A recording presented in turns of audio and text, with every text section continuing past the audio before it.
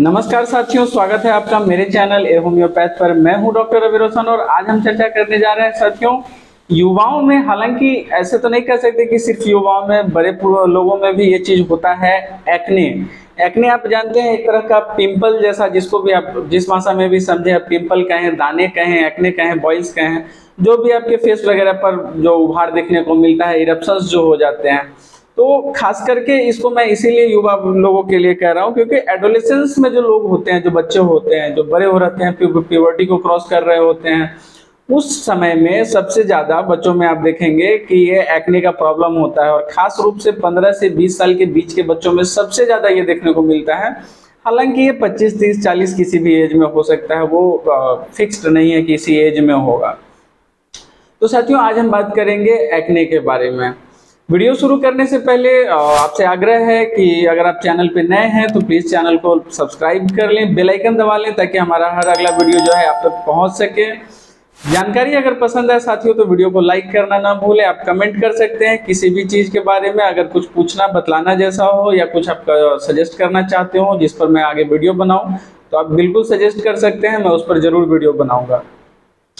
तो समय न बर्बाद करते हुए चलिए साथियों शुरू करते हैं हमारा आज का टॉपिक एक्ने। तो साथियों, एक्ने जैसा कि मैंने आपको बताया कि खास करके युवाओं में ये एक बहुत ज्यादा बड़ी समस्या, और उसका एक मूल कारण क्या है, जो इसके कुछ एक तरह से देखिए साइड इफेक्ट्स होते हैं। जैसे कि एक तरह का स्ट्रेस रहने लगना, एक लो कॉन्फिडेंस फील करना। जैसे 20-22 साल के जो बच्चे होते हैं, अब उनके चेहरे पे बहुत सारे एक्ने अगर हो जाएं, उनका जो अपीयरेंस होता है वो थोड़ा सा उतना अच्छा नहीं होता, उसके वजह से उनका कॉन्फिडेंस लेवल गिर जाता है, वो कहीं पे भी उस लेवल पे परफॉर्म नहीं कर पाते हैं। तो ये बहुत बड़ी समस्या है एडोलेसेंस के लिए, टीनेजर्स के लिए, और जो बड़े हो रहे बच्चे हैं उनके लिए। हालांकि बुजुर्गों में भी या किसी में भी इस तरह का चीज होता है, अधेड़ उम्र के लोगों में भी 30, 40, 50 किसी भी एज में ये हो सकता है, तो उनके लिए बहुत ज्यादा मायने ये नहीं रखता है। खास करके एबव 30 जो होता है उनके लिए बस जो सिम्टम्स होते हैं वो प्रॉब्लम करते हैं, लेकिन मेंटली और इमोशनली जो प्रॉब्लम्स होती हैं वो कम उम्र के बच्चों में होती है। तो उनके लिए ये समझना एक बहुत इंपॉर्टेंट चीज है। साथियों, छोटी सी जानकारी इसको जान लेते हैं कि एक्ने किस किस तरह के होते हैं। हालांकि एक्ने को तो बहुत भागों में बांटा गया है, लेकिन मूल रूप से लगभग 5 तरह के अलग अलग एक्ने आपको देखने को मिलते हैं। एक तो हो जाता है आपका papular acne. Papular acne, papules जो होते हैं उनको लेकर के कहा जाता है पेपुलर एक्ने। वो छोटे छोटे होते हैं, आपको पिंक कलर के दाने दाने जैसे जो निकल पड़ते हैं पूरे चेहरे पे या बाकी आपके बॉडी में भी, तो वो पेपुलर एक्ने कहलाता है। दूसरे अगर हम बात करें तो एक होते हैं पस्चुलर एक्ने। पस्चुलर एक्ने आप उसके वर्ड से ही समझ सकते हैं कि जिसमें पस फील्ड होता है, उसको हम पस्चुलर एक्ने के रूप में जानते हैं। उसके बाद हम बात करते हैं सिस्टिक एक्ने। अब सिस्टिक एक्ने क्या होता है कि आपके एक तरह से मैंने स्किन के नीचे जो है इन्फेक्शन पकड़ लेता है, डीप इन्फेक्शन, पेनफुल रहना, उसका पस भरा हुआ रहता है, उसमें एक बम्प जैसा जो है एक स्वेलिंग उस एरिया में पकड़ लेता है, तो उसको हम कहते हैं सिस्टिक एक्ने। अगला जो हमारा होता है नोडुलर एक्ने। अब नोडुलर एक्ने क्या है, नोड्यूल्स जैसा हो जाता है, हार्ड बिल्कुल बड़ा रहता है, दर्द उसमें होता है टच करने से या किसी भी चीज से, घींच तनाव से, और ऐसे भी उसमें नोडुलर एक्ने में जो है दर्द आपको देखने का। और दर्द तो खैर हर तरह के एक्ने में होता है, बस थोड़ा सा इंटेंसिटी का डिफरेंस होता है। उसके बाद साथियों एक होता है कॉम्यूडोनल एक्ने। अब कॉम्यूडोनल एक्ने को एक तरह से हम समझे तो ये दोनों को कहा जाता है। मतलब एक तो आप देखते होंगे ब्लैक हेड्स और एक देखते होंगे आप व्हाइट हेड्स। बहुत सारे आप क्रीम्स वगैरह के, बहुत सारे जो चेहरा पर क्रीम लगाने वाले जो होते हैं, या फिर फेस वॉशेज, या जो भी जो चेहरे से रिलेटेड जो भी ब्यूटी प्रोडक्ट्स होते हैं, कॉस्मेटिक प्रोडक्ट्स होते हैं, उनमें अक्सर हाँ आपको किसी पर ब्लैक हेड्स, किसी पर व्हाइट हेड्स, इनको ठीक करते हैं, उनको ठीक करते हैं, इस तरह के बहुत सारे विज्ञापन जो एड्स होते हैं वो आपको देखने को मिलते हैं। तो वो सारे आते हैं आपके कॉम्यूडोनल एक्ने में। कॉम्यूडोनल एक्ने में क्या है कि अगर हेयर फॉलिकल में वो एक तरह का इन्फेक्शन होता है, और हेयर फॉलिकल में जो क्लोज्ड हेयर फॉलिकल होते हैं वो आपके जो क्लोज्ड कॉम्यूडो जो होते हैं वो आपके व्हाइट हेड में आ जाते हैं। वहीं आपके जो ओपन रहते हैं वो ब्लैक हेड कहलाते हैं। ओपन वुंड एक तरह से आप समझ सकते हैं उसको, तो वो ब्लैक हेड की गिनती में आ जाते हैं, और ब्लैक जैसे उनका अपीयरेंस भी होता है। वहीं जो क्लोज जो होते हैं वो थोड़े से स्किन के अंदर चले जाते हैं, बीनीथ द स्किन होते हैं, तो उसकी वजह से उनका अपीयरेंस भी थोड़ा सा व्हाइट होता है, और इसीलिए उनको हम व्हाइट हेड्स बोल करके समझते हैं। अब साथियों बात करते हैं कि कारण क्या है, आखिर एक्ने होता क्यों है। यूं तो ऐसे आपने बहुत सारे कारण सुने होंगे समाज में। कुछ लोगों का कहना होता है गर्मी बढ़ने से होता है, कुछ लोगों का बहुत सारा, कुछ लोग तो यहाँ तक मानते हैं कि ज़्यादा सेक्स करने के वजह से या फिर ज़्यादा मास्टरबेट वगैरह करने के वजह से भी इस तरह की चीज़ें होती हैं। लेकिन इन सब के बारे में तो नहीं पता, इन सब का किसी स्टडी से कोई लेना देना है नहीं, लोग बहुत कुछ बोलते हैं। मूल कारण क्या है वो मैं आपको समझाता हूँ। मूल कारण क्या होता है साथियों, खास करके प्यूबर्टी के टाइम में ही सबसे ज़्यादा लोगों को ये अफेक्ट करता है, और उसका कारण है आपके हार्मोन्स।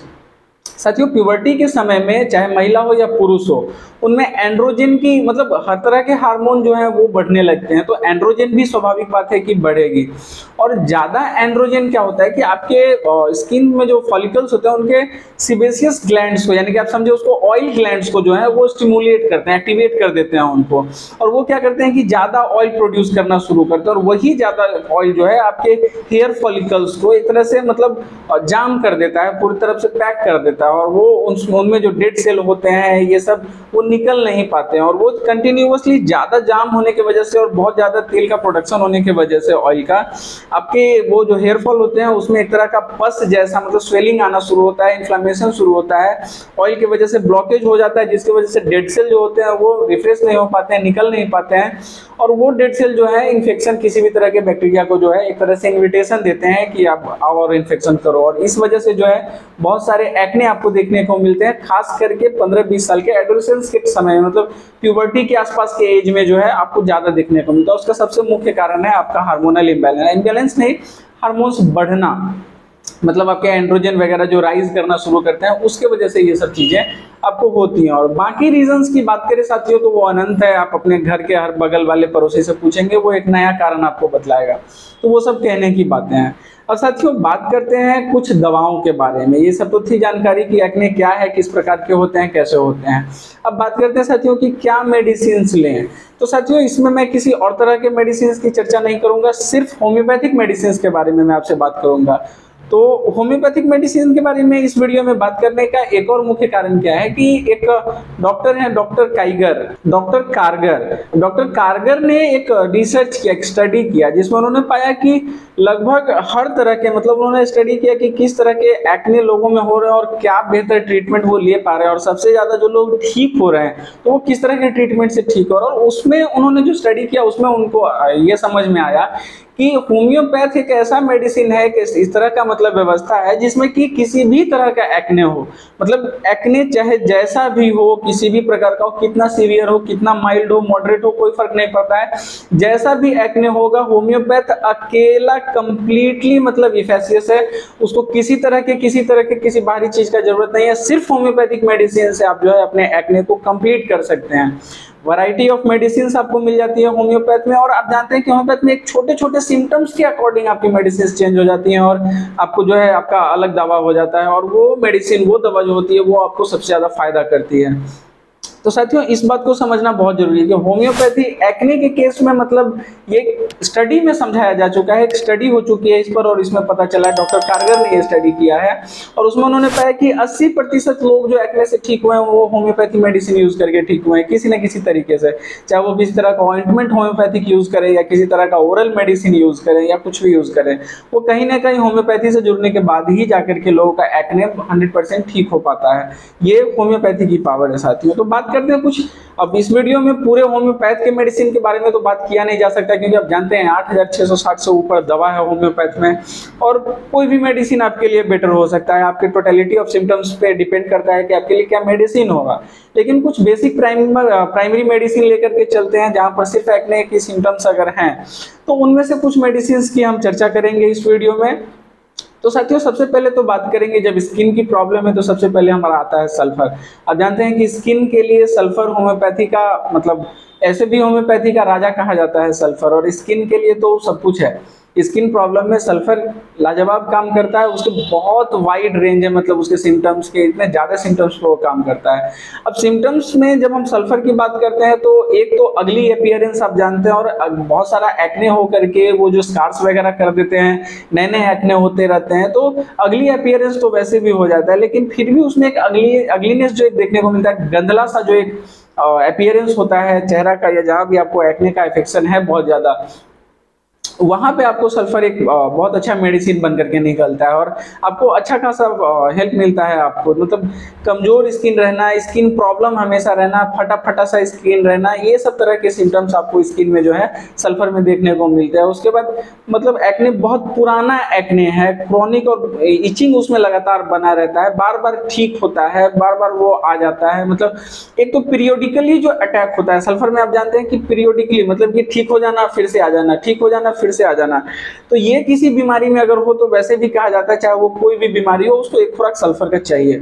और वही चीज एक्ने में भी अप्लाई होता है कि अगर पीरियोडिकली हो रहा है कि आ रहा है, 2 महीना ठीक रहता है, 6 महीना ठीक रहता है, 6 महीने में फिर से हो जाता है, फिर 6 महीना ठीक रहता है, फिर से हो जाता है। तो ये सारी चीजें हैं। लोकेशन वाइज अगर हम चल के चले साथियों, तो एक तो आपके फोरहेड पे सबसे ज्यादा और बैक पे मतलब फोरहेड, सर पे और बैक पे सबसे ज्यादा अगर इचिंग वाला अगर आपको ये रह रहा है, आपका एक्ने रह रहा है, तो वो बहुत अच्छा आपको रिजल्ट देगा सल्फर। सल्फर में अगर हम एग्रावेशन की बात करें तो गर्मी से प्रॉब्लम होती है सल्फर को, गर्मी में उसके प्रॉब्लम्स बढ़ जाती हैं। हालांकि सल्फर का प्रॉब्लम ना है, सल्फर का पेशेंट जो है वो नहाना भी पसंद नहीं करता है, पानी से बचना चाहता है, उसे लगता है कि नहाने के बाद उसकी प्रॉब्लम्स या इचिंग वगैरह जो है बढ़ जाती हैं। ये भी सल्फर का एक मार्क्ड सिम्टम है, इसको भी आप ध्यान में रख सकते हैं। तो ये सारी चीजें हैं साथियों सल्फर के बारे में। उसके बाद अगली मेडिसिन पर हम आते हैं जो कि है हमारा कालीब्रोम। अब कालीब्रोम या कालीब्रोमेटम जो भी आप कहें, तो ये इसकी बात करें तो ये स्पेशल मेडिसिन है एक्ने में, खास करके जब आपका जो एक्ने है वो चेस्ट पे हो, फेस पे हो या फिर आपके शोल्डर्स पे हो। मतलब फेस, चेस्ट, शोल्डर, ये 3 रीजन पे अगर एक्ने है तो कालीब्रोम को आप सोच सकते हैं, कालीब्रोम के केस में आप आ सकते हैं।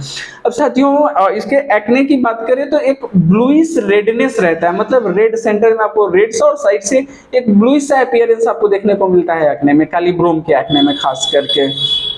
उसके बाद कालीब्रोम जो होता है आपका एक गंदा सा मतलब एक गड्ढा सा छोड़ के चला जाता है, मतलब एक्ने जो भी निकलता है वो एक स्कार बड़ा सा छोड़ देता है और बहुत गंदा स्कार छोड़ करके चला जाता है। तो उस स्कार को मिटाने के लिए भी काफी हद तक कालीब्रोम जो है आपको हेल्प कर सकता है। और जब हम बात करते हैं साथियों स्कार को मिटाने के लिए, तो होम्योपैथी में किसी भी तरह के स्कार को मिटाने के लिए सबसे प्राइमरी मेडिसिन, सबसे पहली मेडिसिन जो आती है वो है हमारा बर्बेरिस एक्विफोलियम। बर्बेरिस एक्विफोलियम वैसे भी फेस के किसी भी कंडीशन में बहुत अच्छा है, बहुत हेल्पफुल है, इसमें कोई डाउट नहीं है। लेकिन खास करके डॉक्टर्स जो आपको होम्योपैथिक प्रैक्टिशनर्स जो होते हैं वो यूज करते हैं बर्बेरिस एक्विफोलियम को उस स्कार्स को मिटाने के लिए, एक्ने को ठीक करने के लिए भी बर्बेरिस एक्विफोलियम हेल्पफुल है। लेकिन जो गहरे स्कार्स हो जाते हैं, जो गड्ढे हो जाते हैं, दाग जो हो जाते हैं, उनको मिटाने के लिए बर्बेरिस एक्विफोलियम बहुत अच्छी मेडिसिन है। और बर्बेरिस एक्विफोलियम को भी आप सप्लीमेंट के तौर पे यूज कर सकते हैं एक लॉन्ग टाइम पे, मतलब कि मंथली या फिर वीकली आप एक खुराक ले सकते हैं आधे कप सुसुम पानी में, मतलब उसको हल्के से गर्म पानी में उसको 10 बूंद डाल करके जो बर्बेरिस एक्विफोलियम का मदर टिंचर है और ले सकते हैं। आप हफ्ते में 1 दिन भी लेते हैं तो एक तरह से सारे क्रीम का काम करता है। जो आप फेस पे 1000 तरह के क्रीम लगाते हैं तो एक तरह से प्रिकॉशियस भी होता है, क्योंकि आप क्रीम इसीलिए लगाते हैं 10 तरह के कि आपका फेस फ्रेश महसूस हो, साफ सुथरा अच्छा महसूस हो। तो बर्बेरिस एक्विफोलियम खुद भी वो काम करता है, आपके चेहरे के, आपके स्किन के सारे कचरे को वो जो है रिफ्रेश करके रखता है, साफ करके रखता है। और बाकी मेडिसिन है जैसे सल्फर है वो भी कम पोटेंसी में लेना चाहिए, मतलब आप 30 to 100 पोटेंसी लें। डेली भी ले सकते हैं, ओडी करके 1 डोज डेली ले सकते हैं, या वीकली भी अगर आप लेते हैं तो वो भी सफिशिएंट है। डिपेंड करता है कि आपका जो केस है वो क्रॉनिक है या एक्यूट है, नया नया होना शुरू हुआ है या कितने समय से शुरू हुआ पहले से है। कालीब्रोम आप 30 to 100 डेली सुबह शाम करके बीडी करके आप 200 पोटेंसी में यूज कर सकते हैं, 4 से 5 बूंद सुबह और शाम खा करके, और आप हफ्ते 2 हफ्ते कंटिन्यू रख करके, और उसके बाद इसके रिजल्ट के बारे में समझ सकते हैं कि क्या इससे मुझे फायदे हो रहे हैं या नहीं हो रहे हैं, और उसके बाद मुझे क्या करना चाहिए। अब साथियों कोई भी ट्रीटमेंट जो आप अपने मर्जी से सिर्फ किसी वीडियो को या किसी आर्टिकल को देख करके आप करना चाहते हैं, तो होम्योपैथी में तो खैर फिर भी ठीक है कि आप होम्योपैथी मेडिसिन कहीं से पढ़ के और आपको लगता है कि नहीं है मेरा ये सिम्टम, उसके बारे में फर्दर डिटेल निकाल करके आपको लगता है कि नहीं मैं इस मेडिसिन का केस हूँ, तो फिर आप उस मेडिसिन को बिल्कुल ट्राई कर सकते हैं, क्योंकि डर नहीं है, किसी तरह का साइड इफेक्ट नहीं है, घबराने जैसा बात नहीं है। हालांकि सल्फर कभी कभार स्किन प्रॉब्लम में रेयरली ऐसा होता है कि हल्का फुल्का बढ़ा देता है पहले, मतलब अगर वो बढ़ा भी रहा है, थोड़ा सा बढ़ा भी है, तो उसे डरने की जरूरत नहीं है, वो आपको रिलीफ ही करेगा, वो कंप्लीट कर सकता है। हल्का सा बढ़ा है मतलब कि वो ठीक है, वो ठीक कर रहा है, लेकिन हल्का फुल्का बढ़ा सकता है, ऐसा नहीं कि कोई एग्रावेट कर देता है पूरे शरीर में हो जाता है, वैसा कुछ नहीं है। तो सल्फर को कम पोटेंसी में यूज करना चाहिए। कालीब्रोम आप सुबह शाम ले सकते हैं। बर्बेरिस एक्विफोलियम आप अगर आपको है प्रॉब्लम तो आप दिन भर में 3 बार ले सकते हैं या दिन भर में 4 बार भी ले सकते हैं। बस आधे या 1 कप हल्के से गुनगुने पानी में 10 बूंद डाल करके पीना है। 4-4 घंटे के डिफरेंस पे आप भी ले सकते हैं। जब ठीक हो जाता है उसके बाद आप मंथली या फिर वीकली एक एक खुराक लेते रहें। अपने घर में एक 30 ml का एक आप रख सकते हैं, जर्मन या कोई भी मेडिसिन। तो ये सारी जानकारी थी साथियों एक्ने के बारे में। मेडिसिन मैंने आपको बतलाई, कॉजेज बतलाया मैंने आपको, उसके बाद किस तरह के ये होते हैं ये बतलाया मैंने आपको। अब साथियों कुछ लोगों में क्या होता है कि इसमें इन तीनों मेडिसिन में से कुछ अगर यूज कर लिया और उससे उनको फायदा नहीं होता, उनको लगता है कि चलो होम्योपैथ तो मैंने यूज कर लिया, इसका कोई फायदा है नहीं। तो साथियों मैं आपको बता दूं कि ऐसा नहीं है। होम्योपैथ में एक नहीं हजारों मेडिसिन है, 8660 से ऊपर मेडिसिन है होम्योपैथ में, और उसमें से कोई भी आपके लिए सटीक हो सकता है। बस उसमें जो मूल बात समझना है कि टोटलिटी ऑफ सिम्टम पे बेस्ड है होम्योपैथ। तो कौन सी मेडिसिन आपके टोटलिटी ऑफ सिम्टम को कैच कर रही है, कौन सा मेडिसिन इंडिकेट कर रहा है आपका टोटलिटी ऑफ सिम्टम, तो उस पर डिपेंड करता है। बाकी मेडिसिन कुछ की बात करें अगर हम, तो आपके बहुत सारे मेडिसिन होम्योपैथ में, जैसे एंटीक्रूड है, पल्सेटिला है, नेट्रम्यूर है, आपका सोरिनम हो जाता है, साइलेसिया हो जाता है, आपका हीपर सल्फर हो जाता है, उसके बाद आप बहुत सारी बेलेडोना यूज कर सकते हैं, मर्सोल यूज कर सकते हैं। बहुत सारी मेडिसिन है जो कि बस सिम्टम पे डिपेंड करता है कि कौन सा सिम्टम आपको कैच कर रहा है, उसके हिसाब से आप क्या दें। तो ये सारी मेडिसिन भी हैं, और भी बहुत मेडिसिन है। तो आप सिर्फ 1-2 मेडिसिन को ट्राई करके और ये ना समझ लें कि बस इतना ही है होम्योपैथ। होम्योपैथ समंदर है। आप वो कहते हैं ना कि एक बाल्टी पानी देख करके ये ना समझ लें कि ये समुंदर है। समुंदर है मतलब समुंदर है, अनंत ज्ञान है। आप किसी बेहतर होम्योपैथी चिकित्सा सलाहकार से अपने जाकर के मिलें नज़दीकी, और उनसे सलाह लें कि हाँ मेरे पास ये जानकारी है, क्या मैं ये मेडिसिन लूँ, और उनके हिसाब से आप आगे मेडिसिन को जो है फर्दर आपकी ट्रीटमेंट जो है वो चल सकती है। इतना ध्यान रखना है कि अगर एक्ने का केस है तो होम्योपैथ 100% इफेक्टिव है, 100% रिजल्ट देता है। होम्योपैथ से ही आप ठीक होंगे। अगर नहीं ठीक हो रहे हैं तो मेडिसिन में कमी है, होम्योपैथ में नहीं। तो यहाँ तक वीडियो देखने के लिए, पूरा वीडियो देखने के लिए बहुत बहुत धन्यवाद साथियों। अगर जानकारी अच्छी लगी हो, जानकारी समझ में आई हो, तो प्लीज़ वीडियो को लाइक करें, कमेंट कर सकते हैं। आप नए हैं तो सब्सक्राइब कर लिए, बेल आइकन दबा लें, ताकि हमारी अगली जो वीडियोस जो भी आएंगी वो आप तक सबसे पहले जो है पहुंच सके। तो पूरा वीडियो देखने के लिए फिर से धन्यवाद। मिलते हैं साथियों अगली वीडियो में।